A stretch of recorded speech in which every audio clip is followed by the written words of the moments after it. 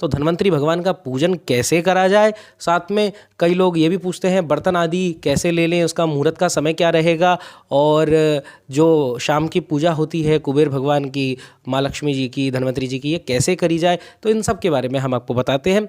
सर्वप्रथम बात, ज्ञानतिमिरान्धस्य ज्ञानाञ्जनशलाकया चक्षुरुन्मीलितं येन तस्मै श्री गुरवे नमः। बोलिए श्री वृंदावन बिहारी लाल की जय। तो हमारे पास में बड़ा ही सुंदर उत्सव धनतेरस का आ चुका है। 10 नवंबर 2023 को हम ये उत्सव मनाने जा रहे हैं। शास्त्रों में ऐसा प्रमाण मिलता है कि कार्तिक मास के कृष्ण पक्ष की त्रयोदशी तिथि को समुद्र मंथन की जब पूरी लीला हो रही थी तो भगवान के 4 अवतार हुए, जिसमें से एक अजित अवतार, कूर्म अवतार और तीसरा अवतार भगवान का धन्वंतरी अवतार हुआ। भगवान समुद्र मंथन के अंत में अमृत कलश लेकर, साथ साथ में आयुर्वेद को लेकर और 3 विशिष्ट औषधियाँ जिनमें आंवला, त्रिफला और हरड़, इनको लेकर भगवान प्रकट हुए हैं। यह धनतेरस का उत्सव मनाया जाता है क्योंकि भगवान का नाम धन्वंतरी है, इसीलिए उनका प्राकट्य तिथि को हुआ, इसीलिए धनतेरस कहते हैं। कहीं कहीं ऐसा भी महत्व मिलता है कि इस दिन दान आदि करने से 13 गुना फल प्राप्त होता है, इसी कारण से इसको धनतेरस कहा जाता है। इससे लोग यहाँ पर बर्तन आदि खरीदने निकल जाते हैं, परंतु इसका कोई शास्त्रीय विधान नहीं मिलता है।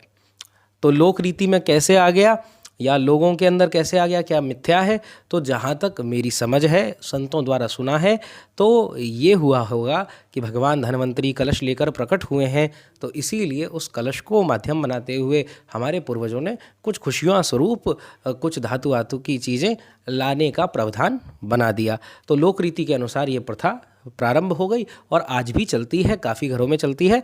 परंतु धनतेरस का मुख्य उद्देश्य भगवान धन्वंतरी की पूजा है, अपने स्वास्थ्य के ऊपर ध्यान देना है। अगर समय ऐसा है कि हमारा शरीर कमज़ोर होता है, क्योंकि जब भी ऋतु परिवर्तन होता है, अभी देखिए बड़ी गर्मी थी, अब ठंड का समय आ रहा है, तो इस समय बीमारी होने के जो आपकी परसेंट है वो बहुत ज़्यादा हो जाता है। इसीलिए अधिक से अधिक अपने स्वास्थ्य का ध्यान रखना चाहिए।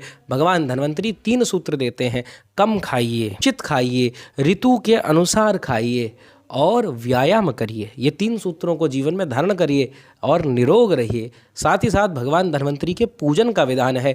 तो धन्वंतरी भगवान का पूजन कैसे करा जाए, साथ में कई लोग ये भी पूछते हैं बर्तन आदि कैसे ले लें, उसका मुहूर्त का समय क्या रहेगा, और जो शाम की पूजा होती है कुबेर भगवान की, माँ लक्ष्मी जी की, धन्वंतरी जी की, ये कैसे करी जाए, तो इन सब के बारे में हम आपको बताते हैं।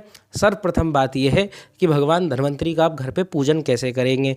तो सबसे पहले आपके घर में लड्डू गोपाल जी हों, राम जी हों, कृष्ण जी हों, नारायण भगवान का कोई विग्रह हो, उनको ले लीजिए और उनको धूप, दीप, गंध और पुष्प, नैवेद्य आदि समर्पित कर कर भगवान धन्वंतरी का स्वरूप मानकर उनकी आराधना करिए, क्योंकि इनमें कोई भी भेद नहीं है। भगवान धन्वंतरी स्वरूप मानकर उनकी पूजा करिए, अर्चना करिए और कामना करिए भगवान से कि प्रभु आप तो उत्तम स्वास्थ्य को प्रदान करने वाले आयुर्वेद के प्रवर्तक आचार्य हैं, ऐसी आप कृपा करें कि वर्ष भर हमारा स्वास्थ्य बहुत अच्छा रहे, हम निरोगी रहें, हम आरोग्यवान रहें, ऐसी आप कृपा करें।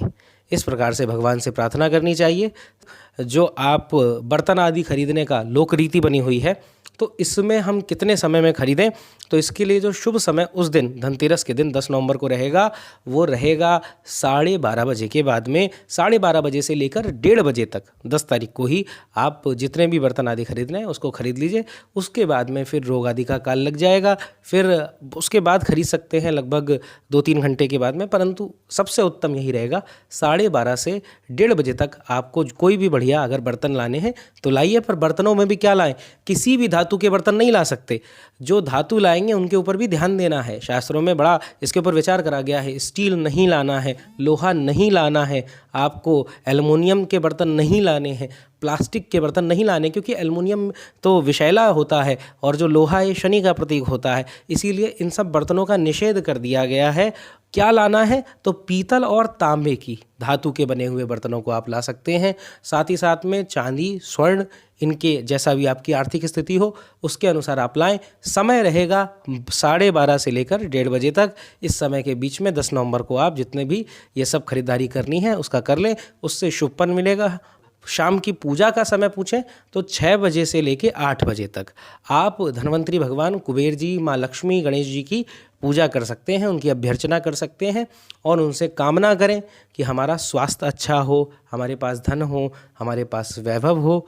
और धनतेरस के दिन, क्योंकि इस बार ये शुक्रवार को पड़ रहा है तो विशेष तिथि है, शुक्रवार का दिन वैसे ही माँ लक्ष्मी का दिन होता है, तो इस दिन कोई भी अगर सफ़ेद नैवेद्य है या सफ़ेद खीर आदि आप घर में बनाते हैं और उसको भगवान को भोग लगाकर ग्रहण करेंगे तो माँ लक्ष्मी की विशिष्ट कृपा आपको प्राप्त होगी। तो इस प्रकार से आप धनतेरस का ये सुंदर उत्सव मनाएं।